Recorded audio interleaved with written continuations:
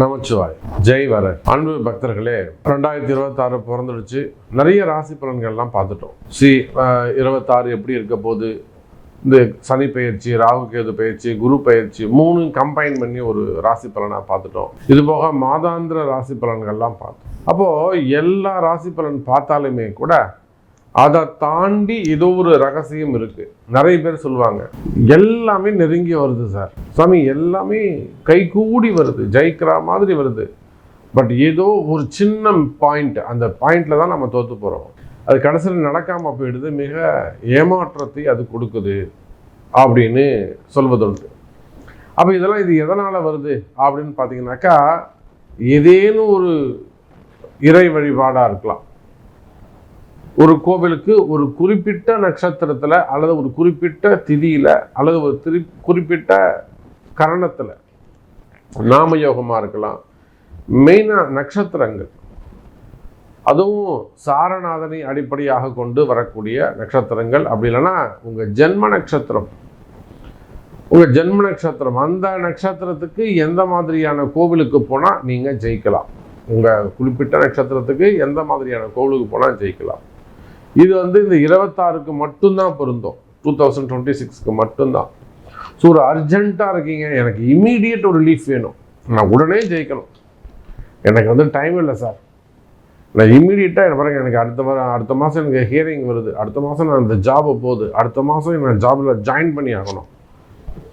So ஒரு அர்ஜென்ட்டில் இருக்கீங்க, நான் பொண்ணுக்கு கல்யாணம் பண்ணி ஆகணும், பையனை படிக்க வச்சே ஆகணும், பசங்களை படிக்க வைக்கணும், கமிட்மெண்ட் இருக்குது.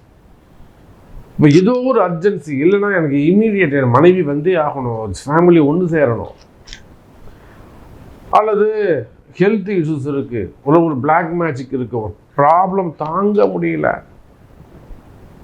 ஏதோ சம்திங் தாங்க. அன்றைக்கெல்லாம் ஒரு அம்மா ஃபோன் பண்ணுறாங்க, சார் நான் ஒரு கோவிலுக்கு போயிருந்தேன், இந்த மாதிரி கோவிலுக்கு போகும்போது அங்கே ஒருத்தர் சொல்கிறாங்க, யாரோ ஒரு சாம்பல் எட்டுன்னு உங்கள் வீட்டில் தளிச்சு விட்டுட்டாங்க, அந்த மாதிரி அந்த துஷ்ட சக்தி மாதிரியான ஒரு சாம்பல் நம்ம வீட்டில் இருக்கான் சார், என்ன பண்ணணும், நாங்கள் என்ன மாதிரியான வழிபாடு செய்யணும்னு கேட்குறாங்க. அப்போது நேரங்காலம் ஒருத்தருக்கு சரியில்லை அப்படின்னாக்கா அவங்களுக்கு எல்லா பயமும் தொற்றிக்கொள்ளும், பார்க்குறதெல்லாம் அவங்களுக்கு பயமாக தான் இருக்கும். இதனால தான் இது நடந்ததோ நம்புகிற மாதிரியே இருக்கும். அப்போ இவ்வளோ கஷ்டங்கள், உடல்நிலை ஆரோக்கியமாக இருக்கலாம், குடும்ப கஷ்டமாக இருக்கலாம், அடுத்தடுத்து பிளாக் ஆகிட்டே வருது, ஒன்று பிளாக் ஆகிட்டே வரும். ஒரு வருமானமாக சில பேர் இன்வெஸ்ட் பண்ணுவாங்க, இன்வெஸ்ட் பண்ணதில் நம்பிக்கையோடு பண்ணுவாங்க, ட்ரேடிங்கில் போடுவாங்க, ஷேர் மார்க்கெட்டில் போடுவாங்க, ஜுவல்லில் போடுவாங்க, கோல்டில் போடுவாங்க, சில்வரில் போடுவாங்க. இவங்க போடுற நேரம் போய் லாக் ஆகிடும், இல்லை ரேட் குறைஞ்சிரும். அப்போ உலகத்துக்கெல்லாம் நேரம் நல்லா இருக்குது, குறிப்பிட்ட நமக்கு மட்டும் ஏன் இந்த கஷ்டம், எனக்கு மட்டும் ஏன் இந்த கஷ்டம்? அப்போ உங்களுக்கு உங்கள் கஷ்டம் நீங்க வேண்டுமா? ஒரு சில ரகசியங்களை சொல்கிறேன்.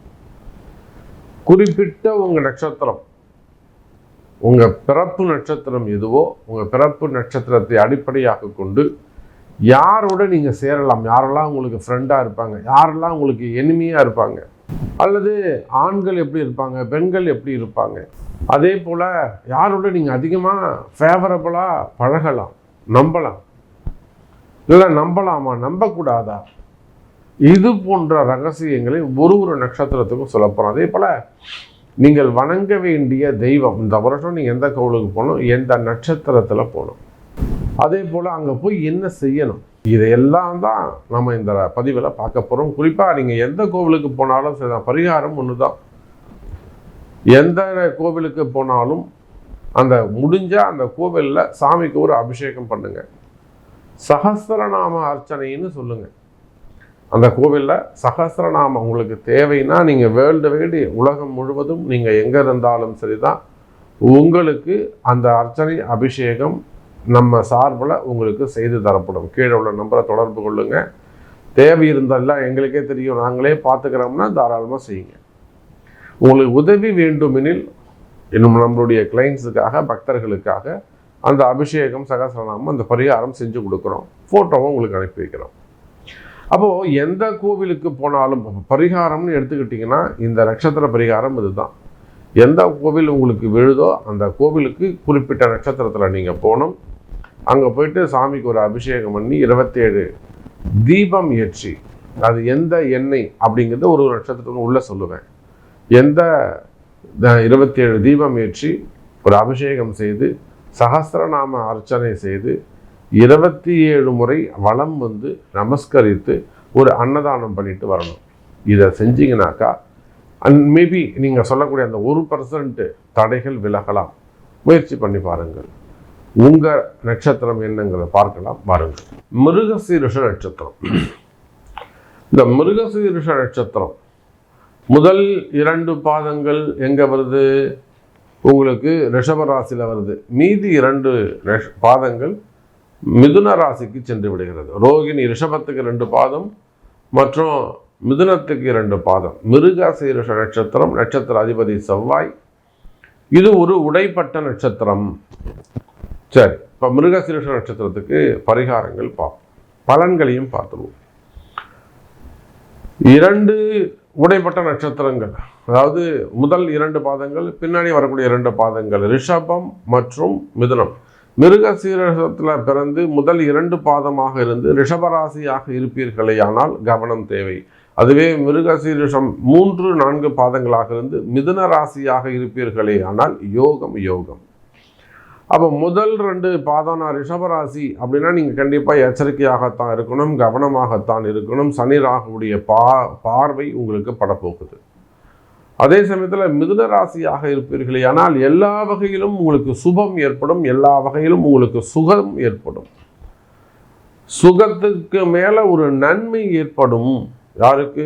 மிருகசீரிஷ நட்சத்திர அன்பர்களுக்கு. இந்த மிருகசீரிஷ நட்சத்திரத்தில் பிறந்தவர்கள் போராடும் குணமுடையவர்களாக இருப்பாங்க. ரொம்ப எப்பயும் ஒரு ஃபைட்டிங் இருந்துகிட்டே இருக்கும், எப்பயும் ஒரு ஃபயர் இருந்துக்கிட்டே இருக்கும் இவங்களுக்குள்ள. எப்பவும் ஒரு அதிகமாக தூங்கும்போது கூட முழிச்சுட்டு இருப்பாங்க. ஏன்னா எல்லோரும் தூங்கும்போது கண்ணை மூடிட்டு தூங்க தானே செய்வாங்க. இவங்க கண்ணு மட்டும்தான் தூங்கும், மூடிக்கிட்டு இருக்கோம். ஆனால் இவங்க தூங்கும்போது கூட முழிச்சுக்கிட்டு இருப்பாங்க. அப்படி ஒரு அவேர்னஸாக இருப்பாங்க. ஆனால் அது சீக்கிரத்தில் ஏமாறக்கூடியவர்கள். கோபம் இருக்கும், ஆனால் ரொம்ப ஈஸியாக ஏமாந்துடுவாங்க. இதுதான் விஷயம். ஃபயர் எல்லாமே இருக்கும், தைரியம் இருக்கும், கான்ஃபிடென்ட் லெவல் ரொம்ப இவங்களுக்கு அதிகம். மற்றவங்களை காட்டிலும் மிருகசீரிஷத்துக்கு கான்ஃபிடென்ட் லெவல் ரொம்ப அதிகமானதாக இருக்கும். அதே போல் திருச்செந்தூர் வழிபாடு செய்வது இவங்களுக்கு ரொம்ப சிறப்பு. ஒரு முறை மிருகசீரிஷ நட்சத்திரத்தில் அல்லது செவ்வாய்க்கிழமையில் அல்லது வியாழக்கிழமையில் ஃபஸ்ட்டு திருச்செந்தூர் போயிட்டு வந்துடுங்க. இது உங்களுக்கு பரிகார கோவில் இல்லை. ஃபஸ்ட்டு நீங்கள் வழிபாடு அங்கே போயிட்டு தான் அதுக்கப்புறம் நீங்கள் இந்த வழிபாட்டு கோவிலுக்கு நீங்கள் போக முடியும்.